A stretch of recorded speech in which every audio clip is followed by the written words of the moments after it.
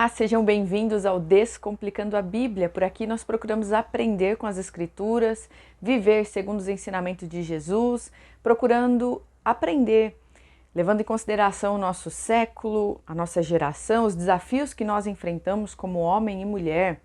Como nós podemos viver segundo o Evangelho de Jesus? Vem comigo que hoje eu quero ler com vocês o capítulo 5 do livro de Neemias. Nós estamos esse mês procurando entender como é que se relaciona a história de Neemias com Cristo, com o avivamento e a Páscoa. E hoje eu quero ler com vocês o capítulo 5 e trazer algumas considerações importantes para nós. Então vamos lá. Então se levantou grande clamor do povo e de suas mulheres contra os judeus, seus irmãos, porque havia os que diziam: somos muitos, nós, os nossos filhos e as nossas filhas, precisamos conseguir trigo para que possamos comer e continuar vivos. Também houve os que diziam: nós tivemos de hipotecar as nossas terras, as nossas vinhas e as nossas casas, para conseguirmos trigo em meio a esta fome. Houve ainda os que diziam: pegamos dinheiro emprestado até para pagar o rei o tributo sobre as nossas terras e as nossas vinhas. Nós somos da mesma carne que os nossos compatriotas, e os nossos filhos são tão bons como os deles. No entanto, eis que sujeitamos os nossos filhos e as nossas filhas para serem escravos. Algumas de nossas filhas já estão reduzidas à escravidão. Não podemos fazer nada para evitar isso, pois os nossos campos e as nossas vinhas já são de outros. Olha só, vamos recapitular aqui algumas coisas? O que nós estamos lendo? Nós estamos lendo o relato de Neemias, que foi responsável por liderar a reconstrução dos muros de Jerusalém. Então nós temos aí o povo de Israel sendo atacado, invadido lá pelo rei da Babilônia há 70 anos atrás, e depois disso, depois desses 70 anos de subjugação, de escravidão, é aí que nós temos a história de Daniel e os seus amigos que são levados ao cativeiro, são levados para o exílio e tem que trabalhar para o rei Nabucodonosor. Depois desses 70 anos, nós temos o rei Ciro da Pérsia atacando e subjugando o povo que subjugou os israelitas. Então, aqui é a segunda leva de dominação sobre Israel. Só que nessa segunda leva, o povo judeu recebe favor do rei da Pérsia e consegue uma autorização por meio de Neemias para voltar lá e reconstruir a sua cidade devastada. Neemias está nessa peleja aqui, gente. Ele está tentando reconstruir os muros, enfrentando desafios, enfrentando opositores, pessoas que não têm nada a ver com o povo de Israel, mas que querem atrapalhar ali, têm os seus interesses, os povos vizinhos incomodados com essa restituição de Israel. E agora nós estamos lidando com uma outra questão. Então, não bastasse os problemas pertinentes à reconstrução dos muros, agora nós estamos lendo um relato de Neemias sobre a relação do povo judeu entre eles. Então, nós estamos falando do povo de forma geral, sendo subjugado pelo próprio povo, pelos mais ricos, pelos magistrados, pelos nobres. Vamos continuar aqui para entender melhor aonde essa história vai dar?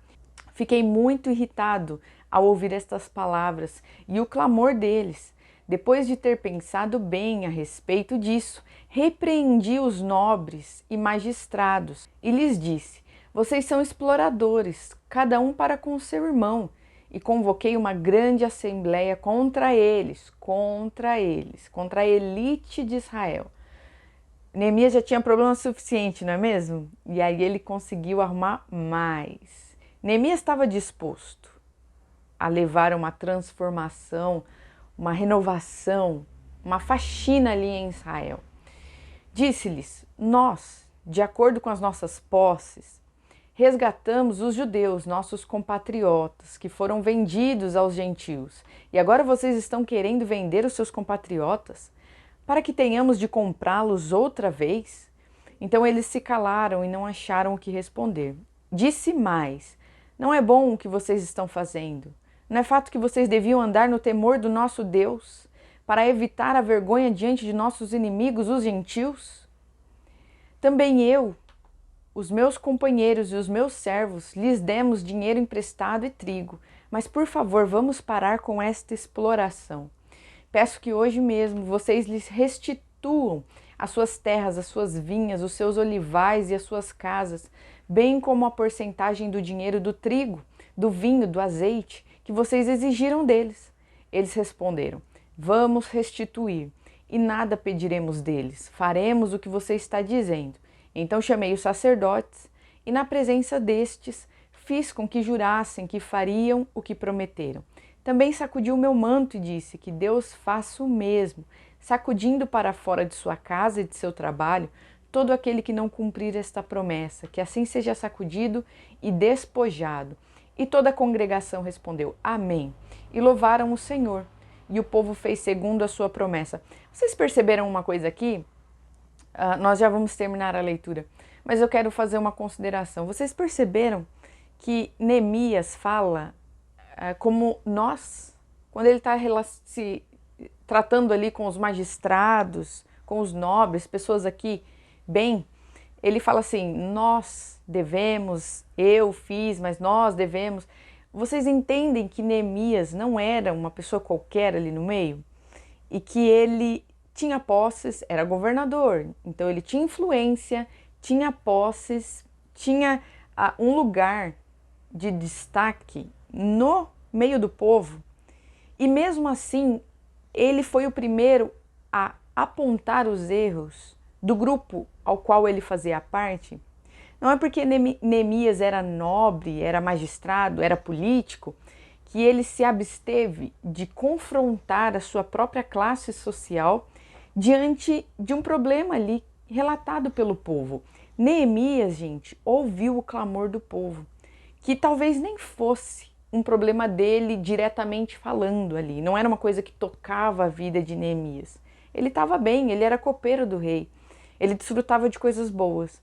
Então, mesmo assim, ele se compadeceu e quis levar uma transformação para a sociedade, não só na reconstrução dos muros, mas procurando ali, com temor do Senhor, como ele mesmo disse, fazer o trabalho dele de forma honesta e correta. Olha só aqui para a gente encerrar um relato que ele nos traz. Também desde o dia em que fui nomeado governador na terra de Judá, desde o 20º ano até o 32º ano do reinado de Artaxerxes, 12 anos, nem eu nem os meus companheiros comemos o pão que me cabia como governador, mas os primeiros governadores que estiveram antes de mim oprimiram o povo e tomaram dele pão e vinho, além de 40 moedas de prata. Até os seus servos dominavam sobre o povo. Eu, porém, não fiz assim, por causa do temor de Deus. Pelo contrário, também trabalhei na reconstrução da muralha, sem comprar nenhuma terra, e todos os meus servos se ajuntaram ali para a obra. Também hospedei 150 homens dos judeus e dos magistrados, além daqueles das nações vizinhas que vinham até nós. O que se preparava para cada dia era um boi e 6 ovelhas escolhidas. Também à minha custa era preparada aves e de 10 em 10 dias muito vinho de todos os tipos. Nem por isso exigiu pão devido ao governador, porque a servidão deste povo era grande. Olha a sensibilidade, olha o discernimento, a maturidade de Neemias. Me encanta, gente. Pensar que um homem que poderia ali usufruir de muitos privilégios na posição que ele estava, ele não o fez, porque ele estava entendendo a situação do povo. Sabe aquela coisa, sabe aquele feeling que tinha que ser básico do ser humano? Sabe essa coisa que a gente tem que se colocar no lugar do outro? Neemias é um exemplo do que é uma liderança empática, uma liderança madura, que sabe qual é o seu lugar e os seus limites ali, do que ele pode ou não fazer, o que cabe ou não fazer, sempre tendo em mente o temor a Deus, sempre tendo em mente que Deus o colocou ali para uma missão e não para o seu benefício pessoal, não para os seus interesses egoístas. Ele terminou o relato dele assim, no versículo 19. Lembra-te de mim para o meu bem, ó meu Deus, e de tudo o que eu fiz por este povo. Então quer dizer que Neemias estava assim diante de Deus: Senhor, por temor a ti, olha como eu tenho me posicionado para não sobrecarregar o seu povo, olha o que eu estou fazendo, cuida de mim, me abençoa, porque eu estou me esforçando para fazer a minha parte. Se nós fôssemos parafrasear Neemias. Isso aqui é um baita exemplo de honestidade, de caráter, de amor, gente. Uma liderança que ama, é uma liderança que reflete o caráter de Deus, o caráter de Cristo, o nosso bom pastor. Eu trouxe aqui algumas considerações, 5 considerações, ou melhor, 4 considerações do que nós lemos agora. Primeiro de tudo, Neemias não teve conflito de interesse. Isso ficou muito claro ali para nós. Neemias sabia qual era a sua missão como líder da obra, como governador, o que ele tinha que fazer, e ele não estava ali barganhando benefício pessoal. No versículo 15 diz assim: mas os primeiros governadores que estiveram antes de mim oprimiram o povo e tomaram dele pão e vinho, além de 40 moedas de prata. Até os seus servos dominavam sobre o povo. Eu, porém, não fiz, por causa do temor a Deus. Então o que ele está falando aqui assim? Olha, os seus líderes anteriores exploravam vocês, colocavam pesos, cargos e fardos sobre os ombros de vocês, de tributos, cobranças, para benefício deles e dos próprios servos deles, mas eu e aqueles que trabalham comigo, que trabalham para mim, nós não fazemos isso com o povo. Pedro nos deixa uma lição, eu achei muito legal deixar isso aqui para vocês, falando sobre as lideranças da igreja. Olha o que ele ensina aqui para a igreja. 1 Pedro 5, do 2 ao 4. Que pastoreiem o rebanho de Deus que há entre vocês, não por obrigação, mas espontaneamente, como Deus quer, não por ganância, mas de boa vontade, não como dominadores dos que lhes foram confiados, mas sendo exemplos para o rebanho. E quando o Supremo Pastor se manifestar, vocês receberão a coroa da glória que nunca perde o seu brilho. O que Pedro está ensinando aqui? Olha, não sejam dominadores, exploradores do rebanho. Tenham em mente que a recompensa de vocês vem do Senhor e Ele vai retribuir cada um de nós segundo as nossas ações no dia final, na consumação. Ali é a plena restituição, o pleno galardão do nosso trabalho. Então, isso aqui é maduro. E esse ponto é muito importante quando nós falamos sobre lideranças. Nós precisamos de líderes como Neemias, homens e mulheres de Deus, levantados por Deus, para liderar o rebanho, o corpo, a igreja, com o coração curado dessas feridas aqui. Porque, gente, isso aqui é carne. Essa carnalidade humana é pertinente a todos os seres humanos. E ai de nós, ai do que está de pé, cuidado para que não caia. Então, a nossa oração, o nosso clamor é sempre para que Deus cure os nossos corações e nos dê uma liderança de Cristo, de bom pastor, segundo as orientações da palavra. Gente, vocês estão vendo que os discípulos de Cristo, o próprio Cristo, nos orienta a termos uma liderança generosa, amorosa e não exploratória, e não sanguessuga, que tira das pessoas dinheiro, tira das pessoas bens. Isso aqui não é de Deus de forma alguma. Não é do Senhor, não agrada ao Senhor. Conflito de interesse em posições de liderança. Se você pastoreia, pastoreie com decência. É o que Jesus espera de nós. Segunda coisa que eu aprendo aqui com Neemias, ali estava acontecendo algo muito interessante. Uma justiça social. Neemias é esse cara na história. Ele representa esse justiceiro. Ele fala pelos mais fracos, ele defende os mais fracos diante dos poderosos e ele promove ali um movimento de justiça, de restituição, de redistribuição das posses, da renda. Olha só, lá no versículo 11 diz assim: peço que hoje vocês mesmos lhes restituam as suas terras, as suas vinhas, os seus olivais e as suas casas, bem como a porcentagem do dinheiro, do trigo, do vinho e do azeite que vocês exigiram deles. Neemias está falando assim, ei, vamos organizar essa casa aqui. O povo está sendo explorado, está sendo tirado deles o que não deve. Vocês estão usurpando, é hora de devolver. Vamos começar a devolver. Neemias, gente, está chacoalhando a estrutura social de Israel daquele tempo. Vocês percebem que vai além dos muros? Que Deus levantou Neemias como um reformista, usou poderosamente a vida deste homem, temente a Deus, maduro na sua liderança, consciente de quem ele era e do que Deus esperava dele. Ele chacoalhou a estrutura de Israel, desde o menor até o maior, desde os mais ricos e poderosos. Neemias não teve medo. E esse é o próximo ponto, a próxima consideração que eu quero trazer para vocês.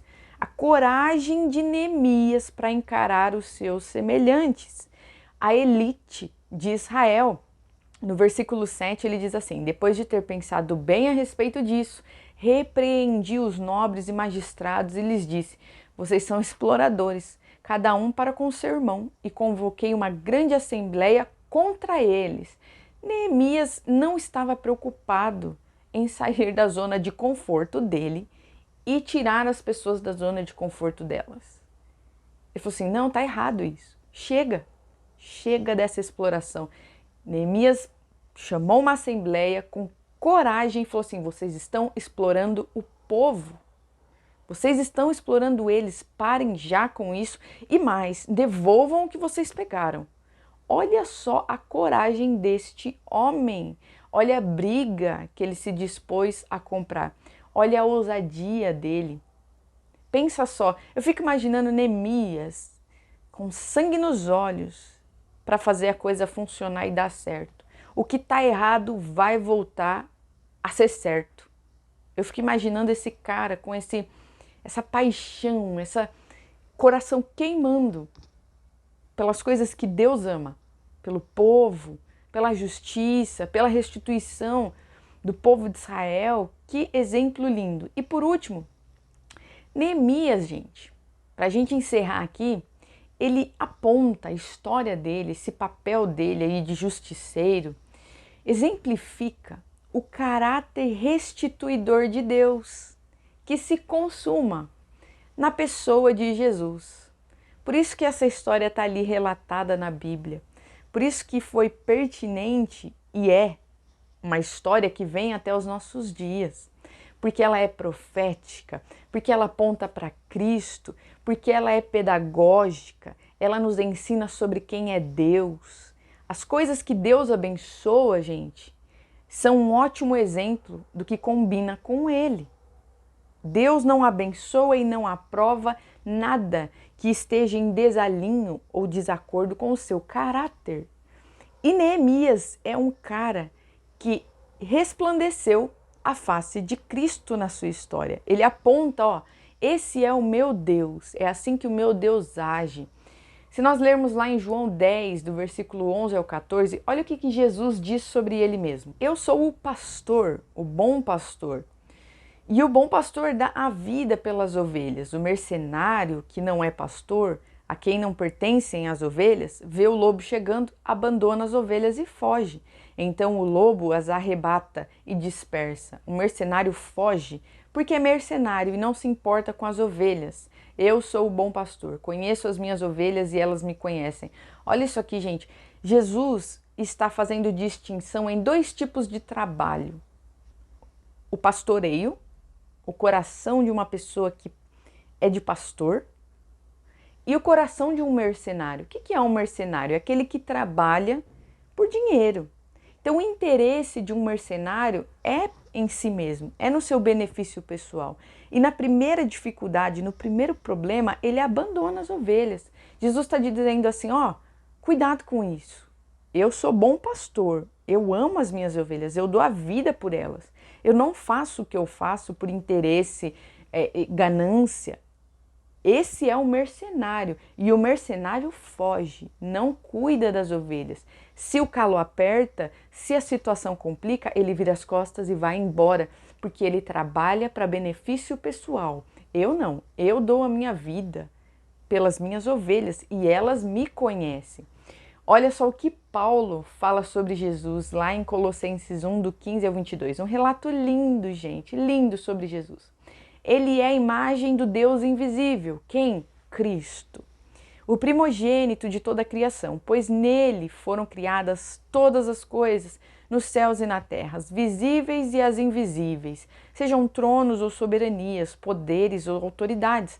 Todas as coisas foram criadas por ele e para ele. Ele é antes de todas as coisas e nele tudo subsiste. Ele é a cabeça do corpo, que é a igreja, é o princípio e o primogênito dentre os mortos, para que em tudo tenha a supremacia, pois foi do agrado de Deus que nele habitasse toda a plenitude e por meio dele reconciliasse consigo todas as coisas. O que Cristo é, gente?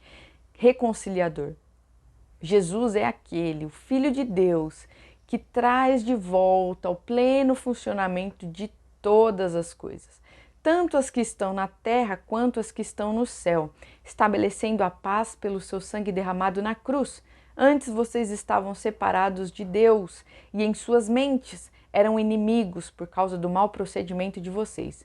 Mas agora ele os reconciliou pelo corpo físico de Cristo, mediante a morte, para apresentá-los diante dele santos, inculpáveis e livres de qualquer acusação. Então, qual é a didática aqui da história de Neemias que aponta para esse Deus, o seu caráter e a sua história?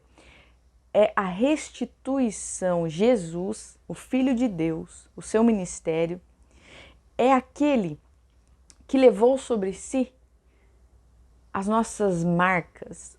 O salário do pecado caiu sobre Cristo, que quitou a nossa dívida. Jesus restituiu, restaurou a vida aos seres humanos e restaurou a comunhão dos seres humanos com Deus. Por isso que essa história de Neemias é linda, porque ela é um exemplo do que Jesus fez pelos seres humanos através do seu ministério. Por meio de Cristo, todas as coisas estão voltando ao seu pleno funcionamento. Davi fala sobre isso lá em um dos seus salmos, quando ele fala sobre assenta-te à direita do seu Deus, enquanto eu faço dos seus inimigos estrado dos seus pés. Esse é o momento que nós estamos vivendo espiritualmente. Jesus está à direita de Deus Pai e os seus inimigos estão sendo subjugados e colocados abaixo dos seus pés. É tempo, gente, de justiça. Está consumado em Cristo Jesus a sua obra de cruz. Aqueles que estão nele estão perdoados. Aqueles que não estão nele estão sendo colocados debaixo dos seus pés. Estão condenados. É o momento que nós estamos vivendo da história. E nesse processo, a restituição, a vida está sendo restituída aos seres humanos que perderam por conta do pecado e que agora estão recebendo novamente por meio do Filho, do seu sacrifício, do sangue dele. Olha só que história linda! É por isso que nós aprendemos com o Antigo Testamento também, porque ele fala sobre Jesus, fala sobre os dias que vieram depois de Neemias. Por isso que nós aprendemos com ele. Olha só, eu quero ler por último com vocês o Cântico de Ana. Em muitos salmos nós também vamos ver isso. Quando alguém é abençoado, quando Davi é abençoado, ou nos seus clamores, você tem esse aspecto de justiça, de restituição, de devolução, de bênção da parte de Deus para os seus filhos, para aqueles que são fiéis à aliança com Deus. Ana é uma delas. E olha só, quando uma mulher estéril, que engravida de Samuel, recebe de Deus essa bênção, ela engravida de Samuel, um milagre do Senhor, ela canta canção de gratidão a Deus. E ela fala sobre um aspecto muito interessante, que você vai ver também a outra Ana cantando, a mãe de João Batista, e a própria Maria, mãe de Jesus, cantando, que é a justiça de Deus. Sobre esse caráter dele de ser justo juiz. Jesus é, gente, o justo juiz que voltará definitivamente para julgar as nações diante das suas ações.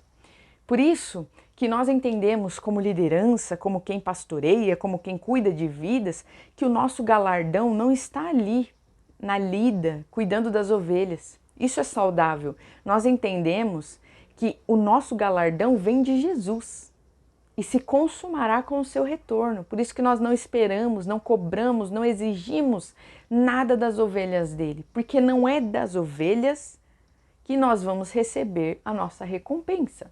1 Samuel 2, do 1 ao 10 diz assim: Então Ana orou assim: O meu coração exulta no Senhor, a minha força está exaltada no Senhor, a minha boca se ri dos meus inimigos, porque me alegro na sua salvação.